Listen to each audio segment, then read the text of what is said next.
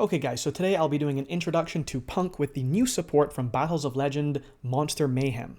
If you're new to my channel, I tend to focus more on deck theory and what the game plan is, rather than focusing too much on combos or spreadsheets. I think that it's better to get an understanding of how a deck works and why it works that way, and then you can figure out how to optimize your combos later on. So in this video, I'm going to do a few different things. Firstly, I'm going to do a super brief overview of the most important cards in the deck with a focus on the new support. I will also talk about why Fiendsmith is probably mandatory in the deck because it fits the game plan of P.U.N.K so well, although there are some other engines you could combine with it instead, like the Horus engine. They're just kind of like lower quality than the Fiendsmith cards.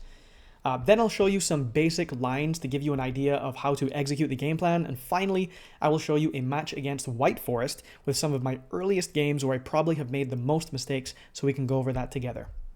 Okay, so let's get started. First of all, P.U.N.K is a deck that is trying to establish an extremely straightforward gameplay loop where you are drawing more cards than your opponent is, and because you're drawing more cards than your opponent, you can use a critical mass of low or high impact hand traps to stop your opponent from playing the game. This may seem like a combo deck at first because of how many summons there are and how many searches there are, and the fact that this deck can lose to Droll, another reason to play the Fiendsmith engine. But actually, this is a complete mid-range control deck. So let's go over the most important cards first, and then I'll talk about what the game plan looks like over some basic lines. So Foxy Tune is one of the older cards. You can tribute a P.U.N.K monster to special summon this card from your hand, and that's something that all of the level 8s will do. But the most important effect, they all have their own effect, the level 8s, is you can send this card from your hand or field to the graveyard, send a card from your hand to the graveyard, and if you do, special summon one P.U.N.K monster from your deck, except a level 8 monster. One thing that level 8s have in common, unfortunately, is that whatever their specific effect is, does not apply to level 8s, so you always have to get something that is not a level 8. Then we have Ogre Dance, which is another older one. So this has the same effect where you contribute a P.U.N.K monster to special summon this card from your hand. Honestly, these effects don't really come up very often. There could be extremely specific scenarios where you're trying to OTK or you desperately need a level 8 in particular, but really you're not using it for that. The effect that is specific to Ogre Dance is you can send this card from your hand or field to the graveyard, add a P.U.N.K monster from your deck to your hand, except a level 8 monster. It's extremely important that you think about how many P.U.N.K monsters are in your hand and grave, because the new support, Rising Scale, needs a card in graveyard in order to use its effect. So this card says you can banish one other P.U.N.K card from your hand or graveyard. Usually you're going to be doing it from the graveyard because that's how you set it up, and also because you wouldn't want to lose your own card economy by banishing from hand. Special summon this card from your hand. If this card is special summoned, you can pay 600 life points, take one P.U.N.K monster from your deck or graveyard except a level 8 monster, and either add it to your hand or special summon it. So this is an extremely important extender for the deck, but it also can be part of just the base combo, and you're searching for this pretty early on.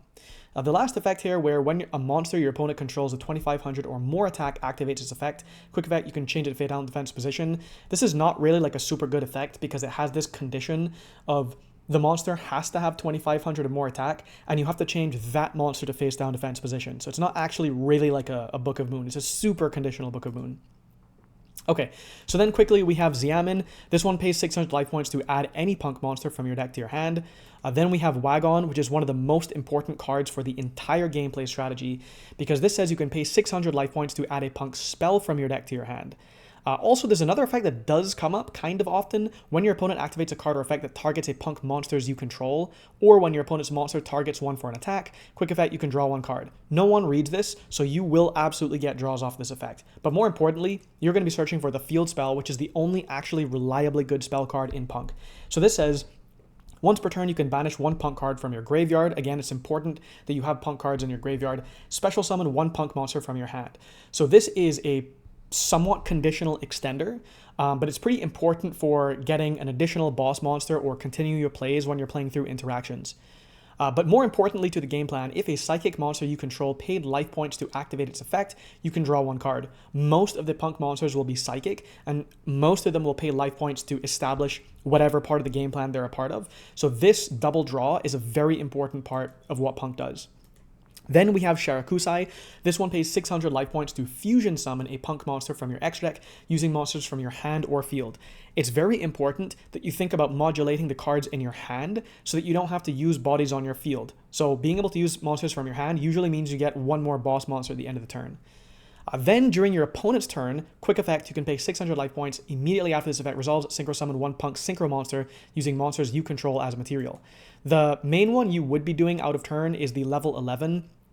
This card, if it's synchro summoned, can target cards your opponent controls up to the number of levels 3 psychic monsters with different names you control and in your graveyard, which is usually going to be quite a lot, return them to the hand. So this is a pretty strong out of turn effect, or I guess you could be hard making this on your own turn to push through boards and that still works. You can also target a punk monster in your graveyard, except itself, special summon it.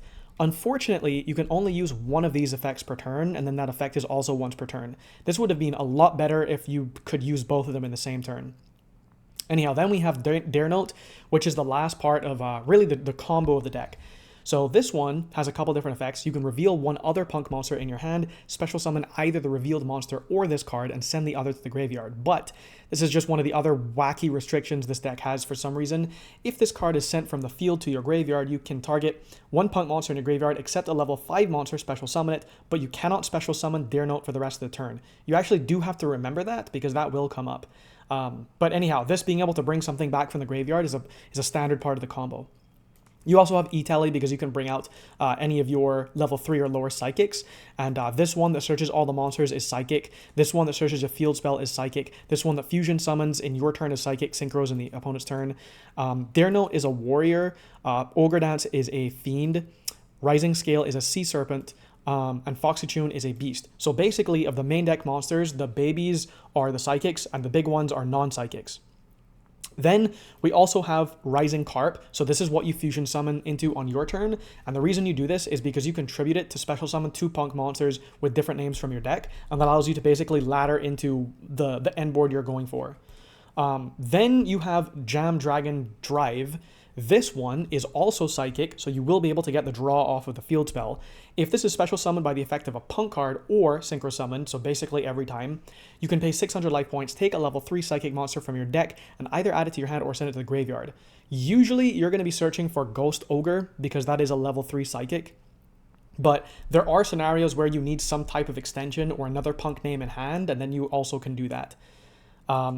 Then one of the other new cards from the support is Jam Fever. So this one requires 2 level 8 monsters, but you basically never do that. You can also just XYZ summon it using a punk, fusion, or synchro monster you control as material. So you can only use each of the following effects of Jam Fever once per turn. You can pay 600 life points and detach 1 material from this card, draw 1 card.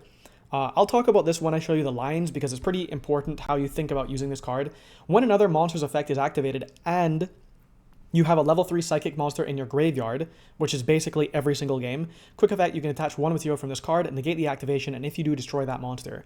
So this is a pretty strong form of monster negation and is usually your protection against Nibiru or just one of the boss monsters you leave up on field. But if you kind of like cheat it out by only having 1 material, then giving yourself the draw will lose all of the materials and you won't be able to use this as a negation later. So you do have to think about that, but it is a generic. So if you are playing other engines that make it easier to make level 8s, it'll be a lot easier to have double materials under this. So the last thing that is important is that you have to play Almirage, because this will make it so that if you don't have any punks in your graveyard, you can usually put a baby that you have on field into the graveyard by summoning Almirage, and then your Rising Scale extender can banish the punk from the graveyard to summon itself out, and you can continue playing that way. Other than that, it's really just like a Fiendsmith package with a focus on Wave Hiking Caesar. The primary win condition of the deck from the old times was Psychic and Punisher because you pay life points, so you're basically just going to ODK people with this card. And now because Jura is also released, and this is also level 11, you have a better option for your 11 for your turn. And then you also gain back life points, which can be relevant. Little Knight, I found, actually does matter for certain end boards where you're turning 2 useless pieces into something. And this card you don't have to play. It more just like fits the game plan very well because it's a kind of a control card where you get to draw if it stays until your standby phase, and you also have like a destroy and a special summon. So this fits the game plan perfectly, but I think it's a little bit more win more. Although you can establish boards to make this, it's just that you usually would have to sacrifice like maybe your Wave High King or something for it, or it comes later in the game. Okay, last thing to mention is that the Madame Spider, which is the one that searches a trap, usually the effect Veiler type trap or the set trap or set pop trap, these cards, they're not really enough space for putting going second bricks into your deck when they're on your Fiendsmith stuff. So I think this is more of like a post side going first card. And the reason that I'm not maining any of the Charmies is because the whole point of this deck is to draw into cards you can actually use. So going first, you want to draw into cards that you can use after you have stuff on board. Imperm actually does not meet this criterion, but because it's so generically useful as a low impact, I'm still choosing to play it. Actually, you're going to be drawing on your turn, and you'll be able to set the Imperm, but you can't use the Charmies. So yeah. Okay, now let me go and show you some basic lines, and then I will show you the match afterwards. So firstly, if you start with Ogre Dance and nothing else, this is the one that can search for a Punk card, but not a level 8. So you search for a Punk card. Here we're going to search for the level 3 because Xiamen is the one that also searches for any Punk monster without any restrictions. And now we can search for the Rising Scale because remember, this one can banish another Punk from your hand or grave, and now we have a Punk in our grave to special summon itself. So we can banish the Ogre Dance to bring out the Rising Scale. And now, because Rising Scale was special summoned or just summoned, she can bring out the Sharakusai. Usually, the order you're going to do this in is you want to use Sharakusai to fusion summon as soon as possible, and then you set up your field spell and everything afterwards. So the Sharakusai is going to fusion into Rising Carp, and Rising Carp is important because this brings out almost always Wagon, which gives you the field spell, and Dare Note, which floats a body. So now that you've summoned Wagon, you can use Wagon's effect to get the field spell, activate the field spell. So now, when you summon the Jam Dragon Drive, you can choose your chain links, and you're going to be able to use Dare Note to float a body, and then the Jam Dragon Drive can take a level 3 psychic monster from your deck and either add it to your hand or send it to the graveyard. By the way, there are cases where you actually do want to send it to the graveyard, and I have made mistakes with this in the past, where I need a Punk body in grave to be able to Rising Scale or whatever. So that does come up, but usually you're going to be searching a Snow Rabbit. Ghost Ogre and Snow Rabbit. So yeah. Now, because we paid life points to use the Psychic Monster's effect, we can get a draw off of Jam Extreme Session. And this card, once per turn, can banish a Punk from your graveyard to special summon a Punk from your hand. But if a Psychic Monster you control paid life points to activate its effect, you can draw one card. That one can be used up to twice. So don't forget and only use the draw once. You always draw twice. You just can only special from hand once. So now we have 3 level 8s on field at the moment, and we're going to use one of them to make our Jam Fever. You could hard make this with 2 level 8s, and then you'd be able to both get the draw and also have the negate later. But I want these 2 bodies to go into Fiendsmith stuff, which you'll see is a basic part of the game plan. It's not just like a nice to have it, it's actually core to what you're supposed to do with this deck. So now, I've only drawn once with Jam Extreme Session, so I'm going to trade the Monster Negate on Jam Fever to get the draw, but what you also have to remember is, especially if your opponent is holding Nib because it looks like you don't have any protection and you're going to go into Fiendsmith stuff, sometimes I will just leave the Jam Fever draw and go for all the Fiendsmith plays first, even though I intend on using the draw and losing the Monster Negate. So here I turn those 2 useless bodies into, Closed Heaven, into whatever. We go Necroquip, we bring out the Engraver, we go into Wave High King Caesar. Now we use the Jam Fever, detach our only material to get a draw. So this can no longer Monster Negate, but, we do have the Nib protection from the Caesar now. And that will trigger the field spell to draw into another card.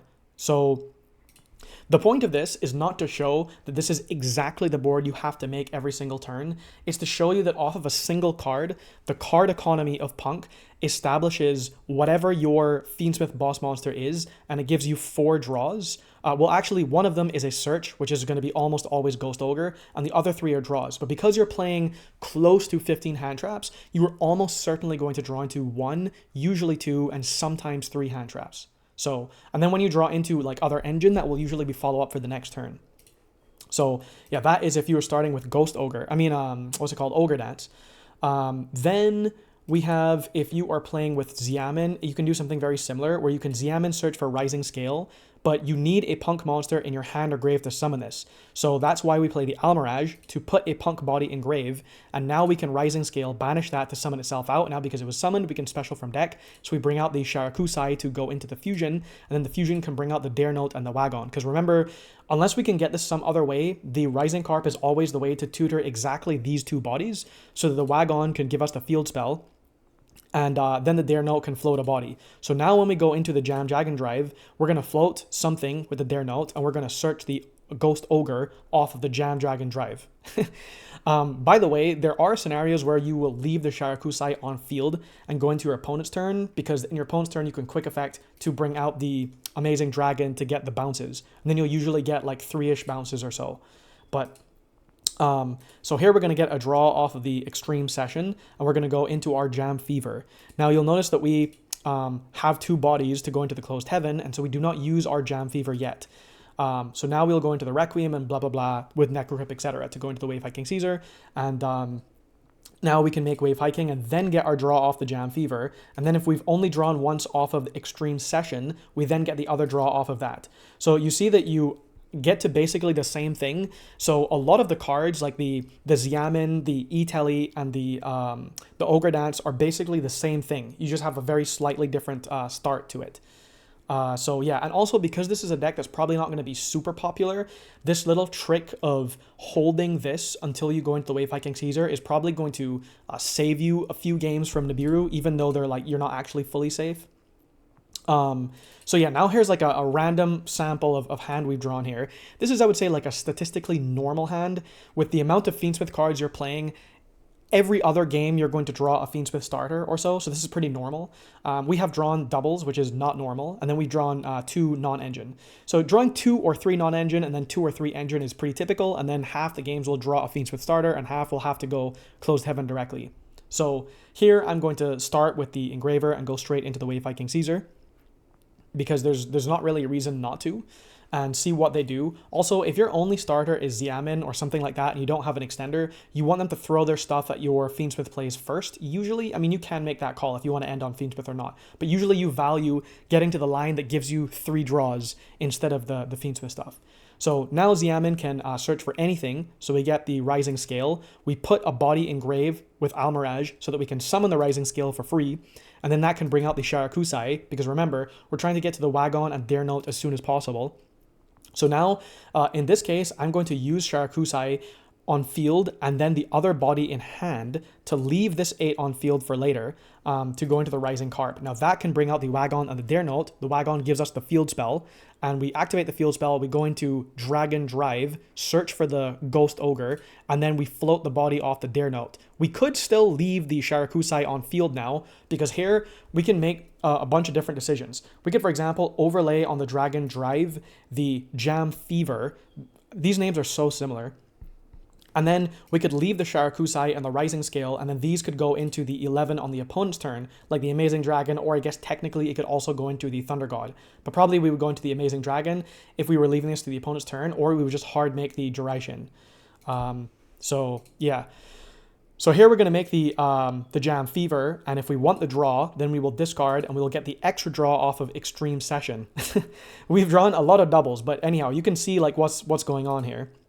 And here I'm going to choose to make the Drua, and because we have already used the only material on the Jam Fever, and we made an Almirage earlier, we want these bodies to be something useful. So in this case, I'm going to turn them into a Little Knight, because we don't need to make Closed Heaven now, because we already went through this. So that's why I feel like there are a lot of cases where you actually do want to make Little Knight, because otherwise you're just going to have 2 bodies on field. So now you've drawn a bunch, and you have like a couple boss monsters, and you're basically playing a control game. Okay, so now let me go into the gameplay. This is game 1, and I can't remember who... Oh yeah, he wins the dice roll. So he goes draw phase into Wanted. So I'm like, okay, I'm probably playing against White Forest, and I take a look at my hand. And I'm thinking, I only have 1 starter. And when you look at your hand like this and you see you have a bunch of hand traps, you do not want to just blow all of your hand traps, because your starter is still probably going to be stopped, and so you have to be very conservative with the way that you play your deck. So anyhow, he pitches an LZ, which automatically tells me that he has some other way to play, and summons the Black Witch, and then he's going to set a card. And so I'm thinking, well, if I can just imperm the Black Witch then maybe he won't have a way to get into the Azamina stuff before I can just nib him, and then he won't be able to do anything. So now he goes for a Witch of the White Forest, which means that even though he does have a solid way to continue playing, he does not have a way to put the Azamina stuff on board, and so he can't stop my nib. And so I actually want to keep the Veiler in hand, if possible.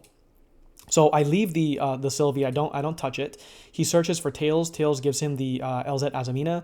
He brings that out for free. He goes into the Arciela, sending that, and searches for Deception, which is pretty strange. So I'm thinking that I wonder if he confused himself and he forgets that he's Dark Locked here, because then he actually goes to activate the Deception. So I'm wondering if he's just trying to get it in rotation and use it as fodder so that it comes back and he will have it for the follow-up, is maybe what I was thinking he was trying to do. Except then he tributes the Arciela and searches for Hallowed Azamina. So I don't know if now he realizes that actually he was Dark Locked and he'd forgotten before. I don't really know. Anyhow, so now he's going to dump the Curse and search for the Philia, and Philia is going to give him the Diabellstar Vengeance. He brings out the Sylvie again and goes into Duration. And now he will... I actually thought that he might have been trying to bluff me here and just go end of main and see if I was going to nib. And if I did nib, then he would bring out the Vengeance, which would still not be a very good end board because he would have lost his other Diabell name, and so this would not be able to summon. But, I mean, once he was Dark Locked, he didn't really have a good play, especially with the route that he went. So now I'm going to take all his lunch money and nib him for everything. And he's going to Hallowed add back, and I think he passes turn here, yeah.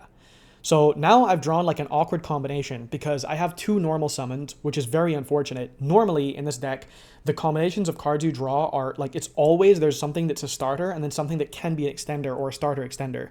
So drawing the Lurry here is like the worst possible case scenario. Because normally like you would be totally happy if you summon Xiamen, effect, they negate it with something, and then you turn it into Almirage because you have like the Rising Scale or whatever, you know? Anyhow, so he's going to droplet and send the Deception, which I know he will then get back in the next turn. And I'm like, okay, well, the only thing I can do is go for Fiendsmith and pray that he has nothing, but he has a called by. So I basically just have to pass turn, but his nib token is big enough to just immediately kill me. So I lose the first game. So now going into game 2, I go Ogre Dance. So looking at the hand, I have quite a lot of engine, and I've drawn the one of Dare Note, which I play at 1 because there's not really a lot of space in the Fiendsmith version of the deck. And I have the Ghost Ogre and a Nib. So I guess I should probably just say in the beginning, this is a statistically normal hand, aside from maybe that I've drawn 2 one-ofs. But really this is like kind of normal. So I have an Ogre Dance, and I'm going to search. This is a pretty unusual line. I'm going to go for a Dare Note because I'm thinking if I just search for like a Xiamen and I normal summon it, that's my only normal summon and I have no extension because the Ogre Dance cannot search for like a Foxy Tune or a Rising Scale because these can't search the other level 8s. So I don't want to just search Xiamen off of the Ogre Dance and then get impermed on the Xiamen and immediately lose. So I think that if I can get a special summon body and then normal summon the Madame Spider that I've sighted in, get access to a trap, I at least can now go into Fiendsmith plays if like he interrupts me here. So here I search for the Nashiwari Surprise, which targets a set card your opponent controls, or if you control a punk monster, you can target a face-up card your opponent controls and instead destroy it. So my idea here is that I would just pop like a Deception or something, or I don't know, maybe like his level 4 Shooner so that he can't go into the ladder. But you'll see that this was not the right call. So now I go into the Jam Dragon Drive because I realize that I don't have a way to start the line the way that I normally want to. So even though the Spider can float and I can search off of the Jam Dragon Drive, I don't have a way to get this onto field now. It's just in my hand. So now I go for the Jam Fever, and I decide to get another draw because I'm just going to go for Fiendsmith plays. I'm not going to leave this as a monster negate. So I decided to actually just stack my hand because I realized that I didn't know how to play the combo when I was playing this game. And so here I'm thinking like, okay, I don't actually know what I'm supposed to do or what's optimal in this scenario, but I know what the game plan is, which is draw a bunch of stuff, have follow-up, and don't allow them to play. So anyhow, I just continue here with the Fiendsmith stuff now. And I go Necroquip into Engraver, into Wave Hiking, and then I set my Nashiwari Surprise. But this is not good because I would have to have a punk monster to target a face up. So I should have searched for the Dangerous Gaboo, I think it's called, which is an effect Veiler regardless of if I have a punk monster on field or not. But anyhow, looking at my hand, this is still like I'm totally following exactly what the game plan is right now. So my opponent goes for Delta, so I have to Ash that because I don't want to just lose to, I don't know, because you don't actually know if people are playing Tartarus, Wandering Titan or whatever, and then if I can't respond to it, I just like lose my field. Anyhow, now he goes for a Sylvie, and here I go Ghost Ogre. I'm not sure if this was... Well, so the thing here, right, is that if he normal Sylvie and he has a way to get another level 2 on field, then he can Book of Eclipse my field. But I guess I didn't need to Ghost Ogre so early here because he probably doesn't have a way to get another 2 on field without me being able to wave High King Caesar here. So... anyhow, but now he searches for the field spell, and so now I feel safe because he does not have a way to get to the Azamina stuff, and I'm just going to be able to use my wave High King Caesar here. So like he tries to Diabel's the White Witch, pitching Curse, and I Caesar that, and now he's going to Philia that he got off of the Curse, and I'm also going to Caesar this because even though he can summon the Vengeance and pop and not get the summon, I don't want to get popped immediately, so I feel like I have to Caesar here. So now he goes for the, and maybe this was I don't know if this was a mistake or not, but here I use the Lacrima to bring out the Requiem, and he summons a Stellar off of Azamina LZ.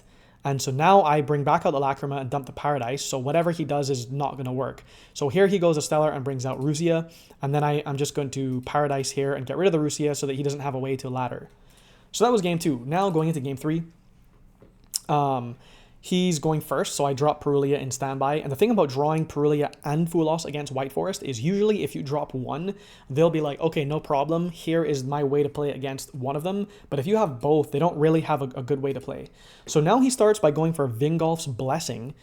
This one, I don't actually remember the lines for this cheese. So people were talking about this in the Discord a while back. When this card is activated, you can send a light fairy monster from your deck to the graveyard. Fairy monsters you control gain 100 attack for each fairy monster in your field and graveyard. If this card is sent to the graveyard, you can target a level 4 or lower fairy monster in your graveyard, special summon it. So I think how this works is you activate it and you dump the light barrier statue, and then you pitch this, and when this is sent to the graveyard, you bring back out the light barrier statue. I think that's what the cheese is. So anyhow, now he activates the White Witch, and he sends Sinful Spoils of the White Forest. He probably, at this point, I'm thinking, is sending Sinful Spoils of the White Forest and not Vingolf's Blessing because he either does not want to lock himself yet into lights only, or he's trying to chain block the White Witch. So, you know, for example, I cannot Ash this because he's going to go chain like 1 White Witch, chain like 2 Sinful Spoils to reset itself. And here he dumps the Deception, brings out the Azamina LZ, and... Wait, why did he... Actually, I think this guy made some, I don't know if he made some mistakes here, because I was pretty confused, and then I realized that he actually drew the Barrier Statue. So he drew Vingolf's Blessing and Barrier Statue of the Heavens, which is pretty unfortunate, and then he just goes into a Little Knight. So I didn't even, like, have a chance to activate my Fulos here. So, you know, it's my turn. I'm feeling slightly offended by this, and so I'm like, okay, I want to take all this guy's lunch money. So, because I'm playing Fiendsmith, this does not stop me from playing. And the only thing I have to worry about is the Little Knight interrupting my Fiendsmith line. So if I take a look at my hand, I have Fiendsmith cards, and I have Emergency Teleport, which checks the Little Knight because I can bring out a Ghost Ogre. So I'm going to activate Engraver, search for Tract for Lurie, pitch the Lurie, bring back out the... Actually, before I bring back out the Lurie, I'm like, let me not make a mistake. I'm just going to bring out the Ghost Ogre, because whenever he wants the Little Knight and double banish, I'm going to pop the Little Knight with the Ghost Ogre, and this is going to fizzle. So I bring out the Lurie, I go into Requiem, I Requiem into Lacrima, Lacrima dumps the Engraver. So this is here where I didn't want to be, didn't want any shenanigans to happen. So that's why I have the Ghost Ogre on field. Bring out the Engraver. Maybe this is a mistake. I am Requieming to attach to the Engraver, and I could have tried to attach it to Lacrima instead, run over his field, and then just go into my full plays afterwards. But actually, I don't think it matters at this point because he doesn't have enough to stop me. But anyhow, so he goes for a Little Knight to target itself and the Engraver so that he can keep the Barrier Statue on field, but I will Ghost Ogre that, so that fizzles, and then I can just send the Barrier Statue, and I haven't even revealed anything else in my hand. So it's basically just a foregone conclusion at this point, so he lets the timer run down. Okay, so some final thoughts here. I think this deck is interesting, and there may be some more exploration to do with the deck. Right now, I feel like because you have to play such a large amount of engine cards, there's not a huge amount of space for other stuff. But this would work really well with Kashtira cards, for example. Like, if you had a bunch of pressured planets so that you could choose if you wanted to go for Unicorn or Fenrir or whatever, those types of cards definitely help with the game plan because you are setting stuff up on field that will slow your opponent down and kind of lead to a control, kind of grindy game state, which is exactly what Punk wants to do. I don't think that maybe you would have to play the triple Foxy Tune, maybe, because this is kind of one of the less valuable cards now that Rising Scale exists, because usually if you have Italy or Xiamen, you have some way to access the Rising Scale, even though the Ogre Dance can't search it directly. But Ogre Dance can get you Xiamen, which can get you Rising Scale, and then there will be a Punk name in the grave to bring itself out. So I feel like these cards are more important now than Foxy Tune. And you also do have to discard another card for Foxy Tune to work, which feels like a pretty steep cost.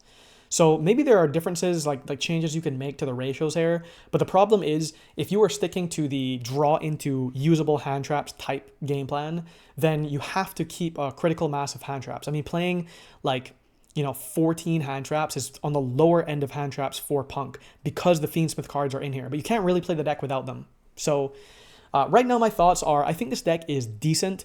I think that you do need a pretty decent matchup knowledge because you have to use your hand traps in important places. You can't just throw them out randomly.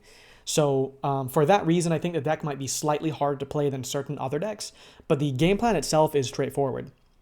So yeah, if you have any ideas or suggestions on how you could change this and maybe fit other engines in or what those engines may be, then let me know in the comments below. If you want to join the Discord, the link will be in the description. Feel free to @ me in there. And as always, thanks for watching.